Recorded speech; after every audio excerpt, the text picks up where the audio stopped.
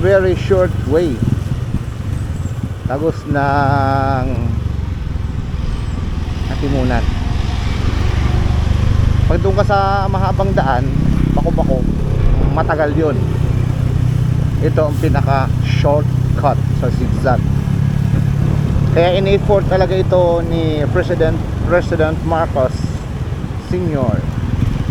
Yun, noong 1969 in-improve niya to. Yun o, konting kaalaman lang.